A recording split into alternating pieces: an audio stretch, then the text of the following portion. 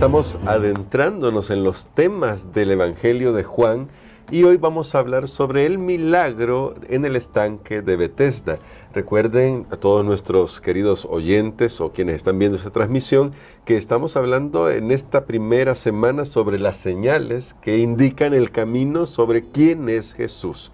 Es la temática de esta semana, porque siempre hay que recordar que estamos estudiando el Evangelio no texto por texto, sino por temas. Así que considerando eso, vamos a hacer una oración para entrar de lleno a nuestro tema de hoy. Querido Padre, gracias te damos porque has sido bondadoso con nosotros y podemos aprender de tu palabra y suplicamos, Señor, que tu Espíritu Santo ilumine nuestras mentes y corazones para el tema que vamos a tratar hoy. En el nombre de Cristo Jesús. Amén. El tema que vamos a comenzar a tratar hoy, pastor, es un tema bastante interesante. Digo que vamos a comenzar a tratar porque básicamente nos va a llevar 3 días este estudio. Y es muy interesante, así que vamos a ir a Juan capítulo 5 para descubrir algunos elementos. Todo el capítulo 5 es impresionante, así que va a estar dividido en 3 temas, por decirlo así. Y hoy vamos a tocar el primer tema que va en los primeros versículos. Y vamos a leer la historia para que podamos situarnos y nuestro pastor nos ayude ya a extraer algunas lecciones de la parte que nos corresponde estudiar hoy. Desde el verso 1 dice así: Después de estas cosas había una fiesta de los judíos y subió Jesús a Jerusalén. Y hay en Jerusalén, cerca de la puerta de las ovejas, un estanque llamado en hebreo Betesda, el cual tiene 5 pórticos. En esto yacía una multitud de enfermos, ciegos, cojos y paralíticos que esperaban el movimiento del agua, porque un ángel descendía de tiempo en tiempo al estanque y agitaba el agua, y el que primero descendía al estanque después del movimiento del agua quedaba sano de cualquier enfermedad que tuviese. Y había allí un hombre que tenía 38 años que estaba enfermo. Que hacía 38 años que estaba enfermo. Cuando Jesús lo vio acostado y supo que llevaba ya mucho tiempo así, le dijo: ¿Quieres ser sano? Señor, le respondió el enfermo, no tengo quien me meta en el estanque cuando se agita el agua, y entre tanto que yo voy, otro desciende antes que yo. Jesús le dijo: levántate, toma tu lecho y anda. Y al instante aquel hombre fue sanado y tomó su lecho y anduvo, y era día de reposo. Creo que hay bastante material para cubrir aquí, pastor, pero nos gustaría, pastor Perla, que hoy, viendo el milagro, comenzáramos a comentar algunos elementos. ¿Por qué Jesús está ahí y cuál es el interés de Jesús de obrar este milagro en ese sábado en el que ve a un hombre que lleva 38 años impedido de caminar? Bueno, creo que la historia del paralítico de Betesda, como ha sido llamada, es una historia que tiene grandes lecciones para nosotros y que es un material muy excelente para que también nosotros podamos experimentar un tipo de liberación. En el caso de este hombre, una liberación física y espiritual, y en el caso de nosotros, pues espiritual siempre habrá, y más alguna otra necesidad que nosotros tenemos. Noten que el apóstol Juan dice que había una fiesta. Recordemos que el pueblo judío tenía varias festividades, estaban relacionadas alrededor del tema del santuario que Dios había establecido, que tenían un significado espiritual donde Dios deseaba mostrarles a ellos todo lo que tenía que ver con la liberación del pecado, porque todo comenzó en Egipto, sí, cuando se estableció la Pascua, que sacrificaron un cordero y ellos fueron liberados, y entonces alrededor de eso ya la travesía en el desierto y todo eso, bueno, estaba cargado de un significado espiritual, porque de hecho esto nos sirve para unirlo con lo que estamos estudiando acá, que en el libro de Juan las historias no son meras historias, o sea, no es que no son acontecimientos, sí, claro, pero están seleccionadas específicamente por Juan. Recordemos que en la primera parte, en el primer cuerpo central del libro, digamos, hay solo 7 milagros, son los primeros 12 capítulos, ahí hay 7 milagros.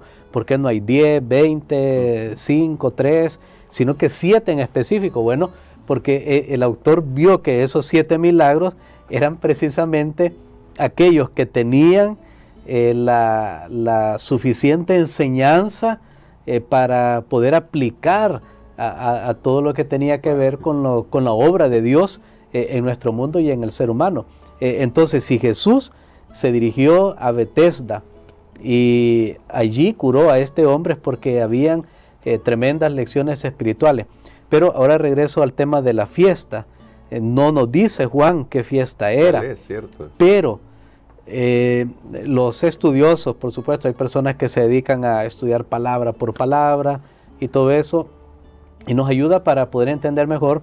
Ellos han visto una relación entre cuando Juan habla acerca de las fiestas, aunque no mencione, pero Juan siempre relaciona las características principales de esa fiesta, siempre las relaciona con lo que está sucediendo. ¿Con el milagro o la situación? Con el milagro o lo que está sucediendo o el evento en ese momento. Y entonces nosotros tenemos que descubrir aquí cuál es la clave. ¿Cuál es la clave? Voy a poner un ejemplo de esto que estoy diciendo. Por ejemplo, si Juan va a hablar acerca del pan y todo eso, y habla una fiesta, indica que es la Pascua. Sí. Hay una relación. Aquí, ¿cuáles serían las claves? Lo vamos a descubrir a leer el texto. Usted lo dijo muy bien, hoy es la introducción, nos va a tomar varios días, porque es interesante que solo le toma a Juan unos 9 versículos, o en realidad menos, si consideramos que aquí hay unas explicaciones de lo que sucedía en el estanque de Betesda, que es probable que Juan no lo haya escrito. Para mayor referencia, ¿por qué sucede esto con el texto bíblico? Lo explicábamos la semana pasada en el día viernes, hacíamos eso, porque es bueno que usted sepa esto, mi amigo, y no que lo escuche por otro lugar ya con una duda, claro, con otra insinuación, sino que es bueno estar informado y saber por qué suceden las cosas. Pero voy a pasar por alto ahorita ese punto, y de ahí el resto del capítulo prácticamente es la interpretación de lo que Jesús había hecho y por qué lo había hecho, y la reacción de los líderes religiosos en este caso. Así que vamos a ver, ahora sí, analizar un poquito el milagro. Pero voy a terminar con qué fiesta era. Cuando vemos el texto de San Juan 5, aquí Jesús habla de su capacidad de dar vida, de obrar, de trabajar. Él allí dice, yo obro y mi Padre también obra. Así que está hablando de creación.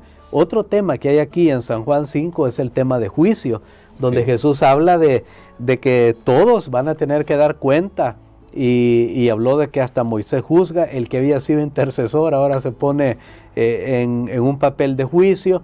Entonces esos dos temas, juicio y creación, que son temas enormes, son temas bien importantes, nos ayudan para buscar qué fiesta estaba relacionada con creación y con juicio, y era la fiesta de las trompetas. Sí. Así que aunque Juan no menciona qué fiesta es, creemos por esos elementos que es la fiesta de las trompetas, la fiesta de las trompetas. Pero entremos en sí al milagro.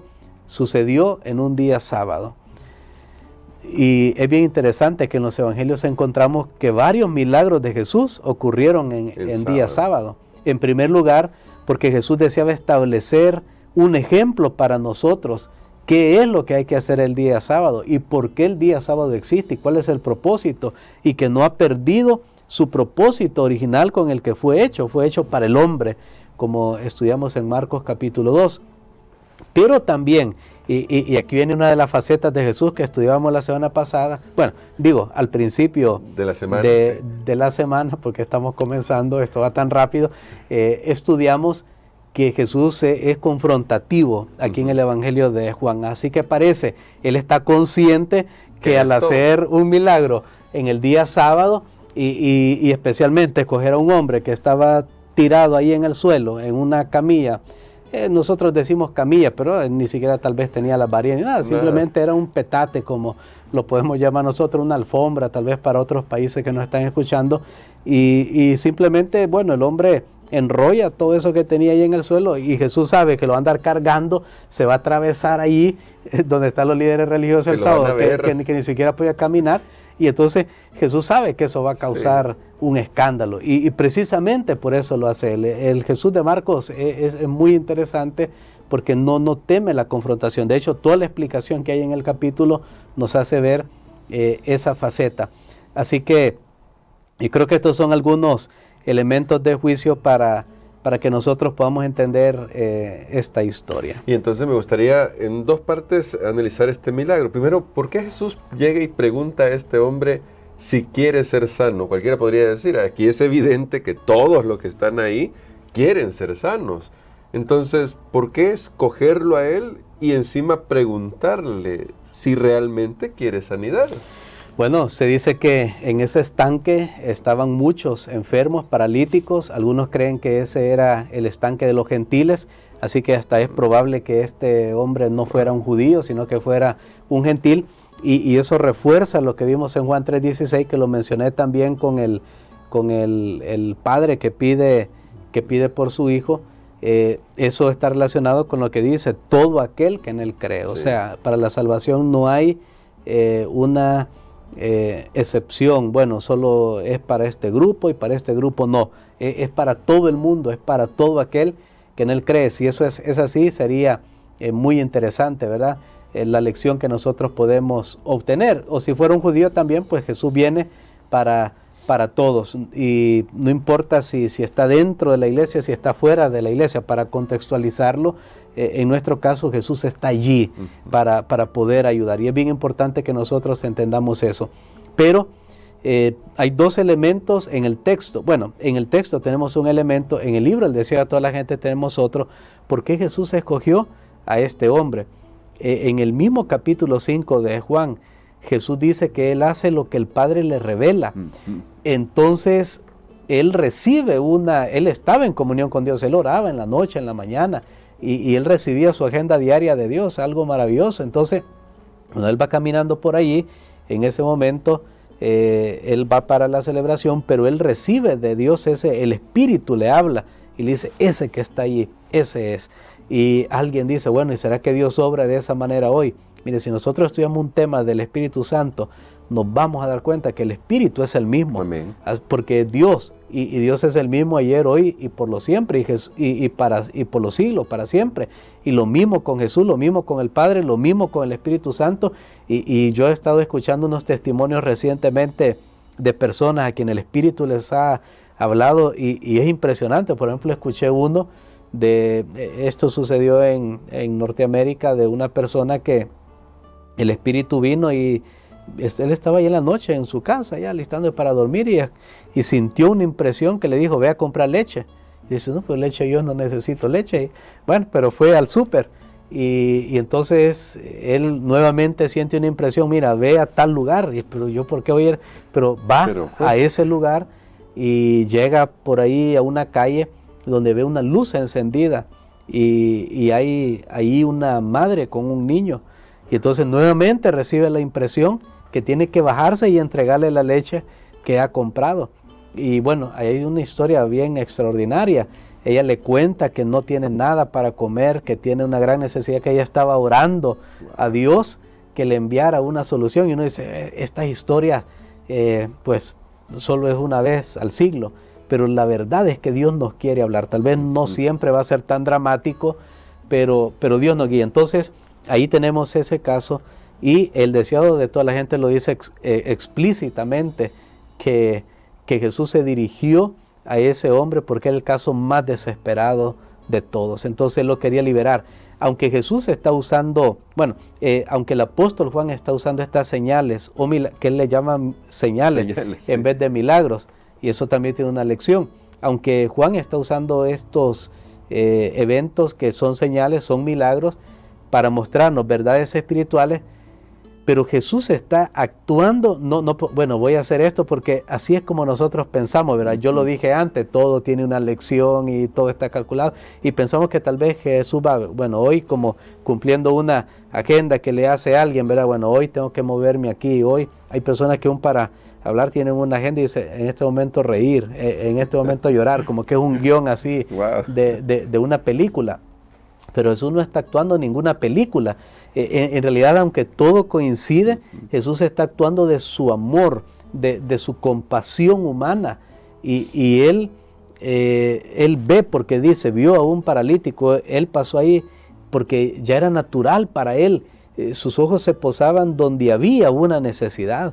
y el Espíritu le habla, o sea, todo se conjuga y fuera de su compasión, de su amor divino, él ve que es el caso más desesperado, el Espíritu se lo corrobora y entonces él se dirige para ayudar a este hombre que estaba totalmente desahuciado, sin esperanza, estaba allí y Jesús le pregunta si quería ser sanado. El hombre, en vez de responder sí o no, simplemente muestra su frustración, su vacío, nadie me ayuda, no tengo a nadie. Había una creencia con respecto al agua, que esa por supuesto no venía de Dios, esa creencia no era espiritual porque era selectiva, el más fuerte que podía entrar, eso claro, no es de Dios. Pero entonces nosotros vemos allí que Jesús le está haciendo esta pregunta a este hombre que se está aferrando a algo que sabe que no lo va a poder sanar, pero que es la única opción que tiene. Wow. ¿Cuántas personas podemos estarnos aferrando a algo? Como seres humanos, hablando de toda la humanidad, podemos estarnos aferrando a algo, sabemos que no es la solución para nuestro problema, pero es lo único que tenemos. Y este hombre de alguna manera era la última esperanza que le quedaba. Pero aquí viene un punto. Recordemos que Jesús en este Evangelio de Juan trata mucho acerca del reemplazo. Él reemplaza lo que no da vida por aquello que sí da vida. La gente creía que esa agua sanaba y Jesús le dice, mira, tú no necesitas ese estanque, me necesitas a mí. Yo sí te puedo sanar. Pero ¿por qué le hizo la pregunta? Porque increíblemente, hermano Gerson, hay personas que llegan a veces a una situación tan extrema, desesperada, y se logran acomodar a la desgracia, al sufrimiento que están pasando, que no se ven viviendo una vida fuera de la vida actual. Es más, yo he escuchado algunas personas y me he dado cuenta, tal vez podría contar casos, pero a veces cuando ya esto lo hablamos como evangelismo, ponemos ilustraciones, pero he conocido personas que dicen, bueno, no, yo mejor voy a seguir aquí en la prisión. Yo he escuchado personas que me han dicho eso cuando hemos visitado en el pasado algunas de estas personas, porque no se ven fuera, no se ven capaces de hacer una vida ahí, pues no es la mejor vida, pero por lo menos segura. Ahí están, le están pasando, tienen lo que necesitan. Y sé que hay otras personas que han estado enfermas que no desean en realidad ser sanados porque implicaría una responsabilidad de parte de ellos. Bueno, si me sana ya no me van a tener que estar trayendo esto. Si me sano, digo, o si me recupero, ya yo voy a tener que ir a trabajar o voy a tener que hacer esto. Una persona, yo leí una vez que dijo, no, yo no me quiero sanar, quiero estar aquí en cama porque así me vienen a ver. Cuando estoy sano, pues nadie me visita. Wow. Entonces es bien increíble, Dios conoce el corazón humano. Jesús le pregunta, ¿quieres ser sano? Porque increíblemente no todos desean ser sanados. Y si esto lo aplicamos a la parte espiritual, pues mucho más, como veremos a continuación. Se ve mucho más. Y el segundo aspecto que quería destacar es que entonces Jesús le da una orden. Levántate, toma tu lecho y vete a tu casa. Pero, pastor, ¿por qué esta orden es tan interesante? Porque Jesús no le pregunta si cree que puede sanarlo. Simplemente le da la orden y ahora, si puedo decirlo con estas palabras, queda la pelota del lado del paralítico si va a aceptar la orden y se va a levantar haciendo caso a lo que le ha dicho Jesús. Porque Jesús no le pide que crea en él, no le pregunta si tiene fe, sino que simplemente se dedica a dar la orden para que este hombre pueda ser sanado y que de hecho es sanado al final. Este es un gran tema, hermano Gerson. Me imagino que sí. Yo temo pues que vamos a tomar un poquito de tiempo hoy también porque cada uno de estos temas pues son extraordinarios y sabe que aquí tenemos varios aspectos con respecto a esa pregunta. En primer lugar, este hombre no sabía que Jesús estaba hablando con él. Sí, sí. El texto lo establece claramente, dice el hombre no sabía. De hecho, ese tema de no sabía está bien recurrente en Juan, porque cuando vamos a Juan 2, en las bodas de Caná, los catadores dicen no sabían quién había convertido o quién había producido ese nuevo vino.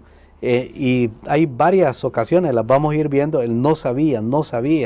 Bueno, eso también tiene una lección por ahí, pero el hombre no sabía que era Jesús. Otra cosa que es probable que hubiera sido gentil, o sea, menos él sabía que estaba, por qué, o las esperanzas mesiánicas, o todo eso. Y otra, ya hablando de una enseñanza teológica realmente grande, y a veces sorprende a muchas personas cuando decimos esto, es que de los milagros que Jesús hizo, no siempre requirió fe de parte de la persona, hablando en sí de la palabra fe. Hablando en sí de la palabra fe, requirió una acción, aún sin saber quién era, pero no necesariamente una fe como lo que la palabra en realidad significa espiritualmente o religiosamente, la palabra fe. La palabra fe. Y aquí nos podemos preguntar por qué. Mire, si Dios le diera al hombre, al ser humano, lo que merece, dígame, sobre quién cayera lluvia, sobre quién llegara el sol, bueno, realmente serían muy pocas personas, porque en Lucas se hace una pregunta, en Lucas 18, cuando el Hijo del Hombre venga, ¿hallará fe en la tierra? Y si Dios dependiera de nuestra fe para obrar Él su bondad y su amor, estamos perdidos. Pero entonces esta es otra historia, otro tema que hay aquí en la gracia de Dios, interesante y maravillosa, pero se requería de este hombre una cierta creencia, no fe en el sentido que nosotros conocemos esa palabra fe, bueno, es Dios que me está hablando y yo creo su promesa, no, pero sí se requería una acción de este hombre que estaba paralítico, no solo del cuerpo, sino del alma, de la mente, ya no veía posibilidades. Entonces, aquí tenemos ese aspecto bien interesante y claro, el hombre tenía una opción, pensar que ese extraño que está ahí se está burlando de él. Claro. Es como que alguien está en la calle, ¿verdad? No puede moverse y yo llego por ahí y le digo, mira, levántate. Esa persona, pues, me está tomando del pelo, ¿verdad?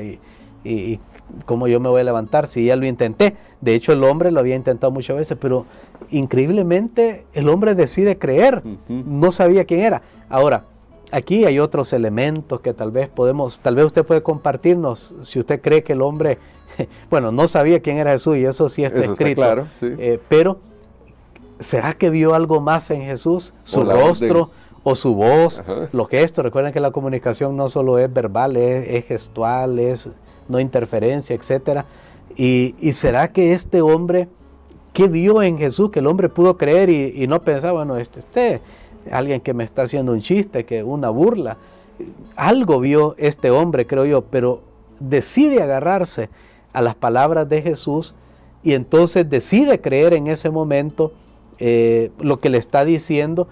Y aquí sucede algo. Creo que la lección tiene unas declaraciones por allí que tal vez las podemos leer y después explicarlas para ir a la parte final, porque esta será pues una lección que vamos a tener el día de hoy. Muy bien, dice de hecho el deseo de todas las gentes de la siguiente manera: Jesús no pide al enfermo que ejerza fe en él, dice simplemente levántate, toma tu lecho y anda, pero la fe del hombre se aferra a esa palabra, en cada nervio y músculo pulsa una nueva vida y se transmite a sus miembros inválidos una actividad sana.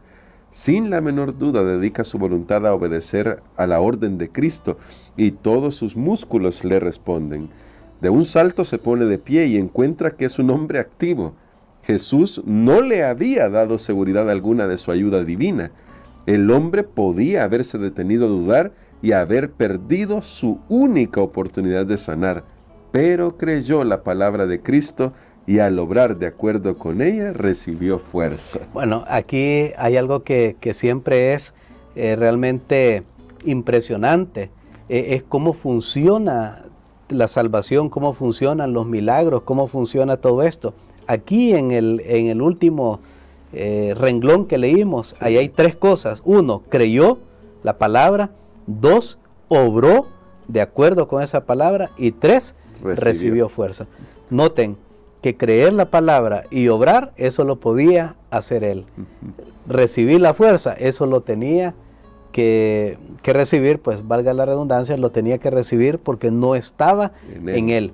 Pero el hombre cree justo en el momento que cree y entonces ahora hace el intento. En ese preciso momento recibe la habilidad para poder levantarse y caminar.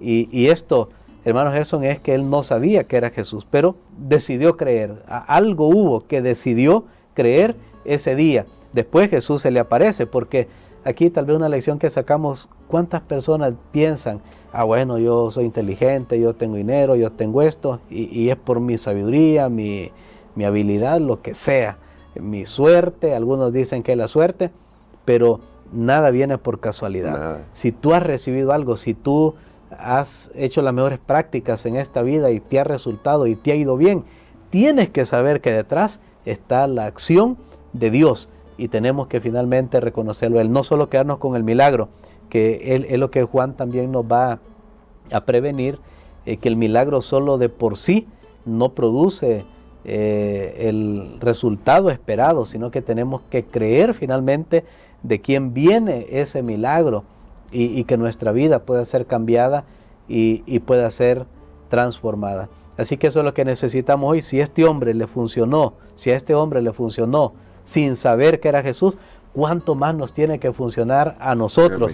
Creer la palabra, obedecer esa palabra, y entonces recibiremos en ese momento la fuerza para vencer lo que sea, porque tal vez alguien, su problema no es una enfermedad, sino es un hábito, es un vicio, es algo que lo está consumiendo y necesita actuar, pero no tiene la fuerza, ya ha intentado, no puede.